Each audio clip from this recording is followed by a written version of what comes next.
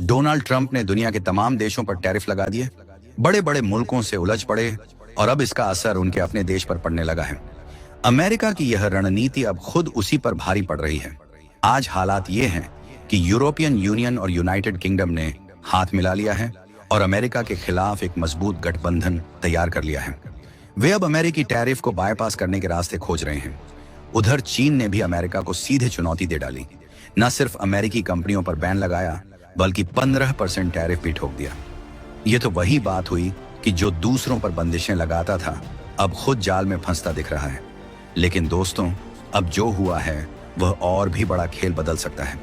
BRICS का एक अहम देश खुलकर कह रहा है कि डॉलर की बादशाहत अब खत्म होकर ही रहेगी। ब्राजील ने यह ऐलान किया है कि अब हम दुनिया भर में डॉलर के वर्चस्व को खत्म करेंगे। ये खबर इतनी बड़ी क्यों है? क्योंकि डोनाल्ड ट्रंप खुद कह चुके थे कि अगर ब्रिक्स देश डी डॉलराइजेशन की दिशा में कदम बढ़ाएंगे तो अमेरिका उनके खिलाफ 100% से ज्यादा टैरिफ लगा देगा। लेकिन अब हालात यह हैं कि ब्रिक्स के 3 बड़े देश रूस, चीन और ब्राजील खुलकर डी डॉलराइजेशन और ब्रिक्स करेंसी के समर्थन में खड़े हैं। हाल ही में ब्राजील के राष्ट्रपति लूला दा सिल्वा ने एक बड़ा बयान दिया। उन्होंने साफ कहा कि ब्रिक्स अमेरिकी डॉलर पर अपनी निर्भरता खत्म करने के मिशन को जारी रखेगा और इसके सदस्य देश वैकल्पिक भुगतान प्रणालियों की तलाश करेंगे। अब जरा सोचिए, अगर ब्रिक्स देश एक नई करेंसी लेकर आते हैं तो क्या होगा? क्या दुनिया की अर्थव्यवस्था में एक नया अध्याय लिखा जाएगा? क्या डॉलर का प्रभुत्व सच में खतरे में पड़ सकता है? आइए जानते हैं आज की इस वीडियो में। लेकिन आगे बढ़ने से पहले वीडियो को लाइक करके चैनल को सब्सक्राइब जरूर कर लें, क्योंकि आपके लिए यह बस के सेकंड का काम है, लेकिन इससे हमारी बड़ी मदद होती है।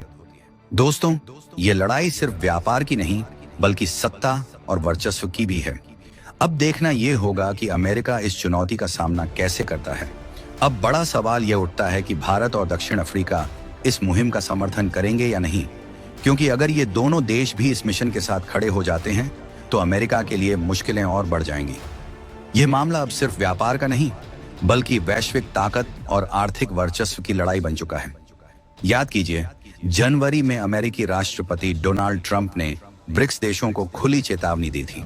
उन्होंने 2 टूक कह दिया था कि अगर ब्रिक्स ने डॉलर को हटाने की कोशिश जारी रखी तो अमेरिका 100% टैरिफ लगा देगा।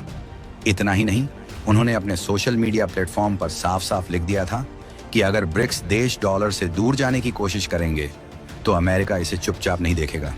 इस बयान के बाद से ब्रिक्स देशों पर अमेरिका का दबाव लगातार बढ़ता जा रहा है। अब सवाल यह है कि क्या सभी ब्रिक्स देश इस मिशन में एकजुट हैं? अगर देखा जाए तो रूस और ईरान इस मुहिम को सबसे अधिक समर्थन दे रहे हैं। इसकी बड़ी वजह यह है कि पश्चिमी देशों के प्रतिबंधों की वजह से इन दोनों देशों को डॉलर में व्यापार करने में भारी मुश्किलों का सामना करना पड़ रहा है। वहीं चीन इस मिशन को और तेजी से आगे बढ़ा रहा है। उसका मकसद साफ है, अपनी करेंसी युआन को अंतर्राष्ट्रीय स्तर पर मजबूत करना, ताकि आने वाले समय में वह डॉलर का सीधा मुकाबला कर सके।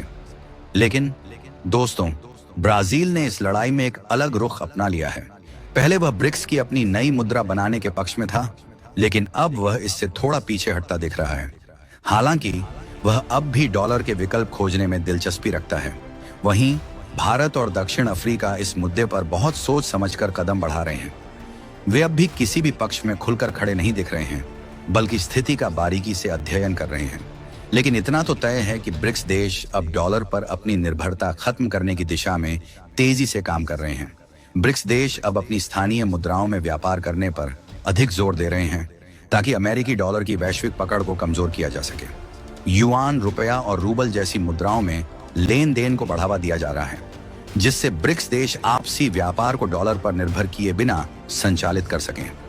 इसके अलावा ये देश एक नया स्वतंत्र भुगतान नेटवर्क विकसित करने की योजना बना रहे हैं, जिससे मौजूदा स्विफ्ट प्रणाली पर निर्भरता कम हो सके और एक नया वैश्विक वित्तीय विकल्प उभर सके।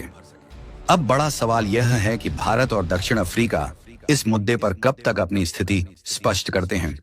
क्या ये दोनों देश अमेरिका के प्रभाव से बाहर निकलकर ब्रिक्स के इस महत्वाकांक्षी मिशन में पूरी तरह से शामिल होंगे, या फिर आने वाले समय में कोई नया मोड़ देखने को मिलेगा?